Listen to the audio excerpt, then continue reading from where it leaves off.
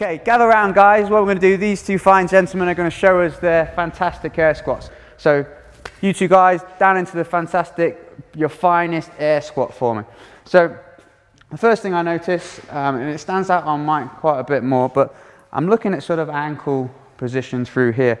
A little bit stiff on this one. It's not bad, but you can see there's a little bit of room for improvement. So I've picked two guys, one that you can clearly see, one that's a little bit harder to see, but one that just catches my eye. What I'm actually looking for in the air squat, so this angle here for the floor to the shin bone, if you can see, I'm going to come around here as well. Stay down for me, stay down. I know, stay down.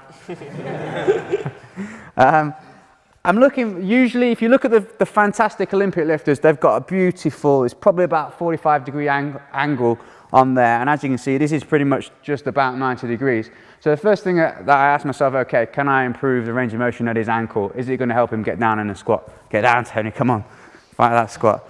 Now, same again, down Mike, let's go. I'm a torturer, really. Now the same on this side, look, I'm seeing things around here that it's about 90 degrees. It's a little bit harder to see because it's a little bit more flexible than Mike, but how can I improve this athlete? First thing is I'm looking at the ankle range, and it's this range of motion here is called dorsiflexion. It's a technical term, basically pull the foot towards you. So, stand up, you guys are good now. Okay, little things how we can do it. One of the first things we can do is look at the ankle joint itself and a little bit of joint mobility. But the first thing I'm going to look at is the gastroc muscle, calf muscle at the back. Come around forward. So in the calf, you've got 4 points.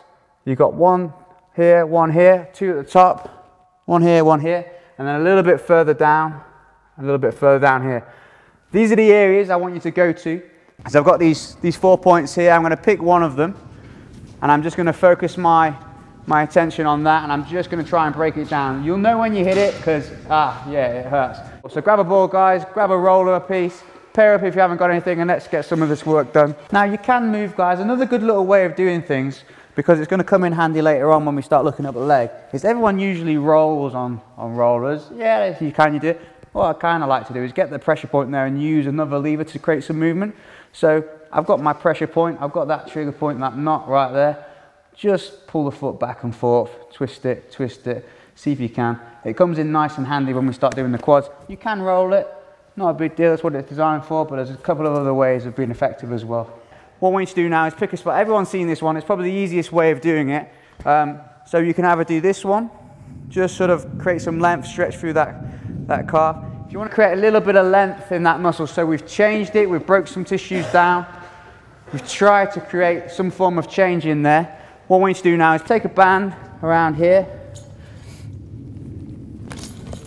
Now what you can do, you can step in front of it like so, and then what we can do, same again, another little length stretch which creates a length down the outside, just sort of into a downward dog position, and I get a nice little stretch here. Right, come around, let's bring the guys around again. Straight into the squats position, guys, for me.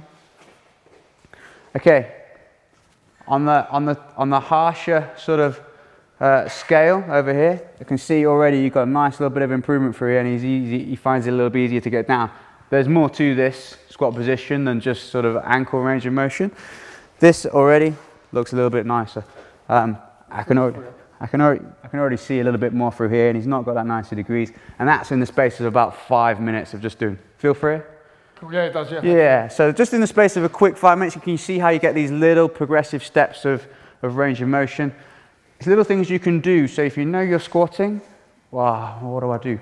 I'm going to warm up. Oh, bam, there you go. There's a calf one straight away that you can try. And then retest and retest again, guys. If you feel you need a little bit more, then we can do some more stuff to go through.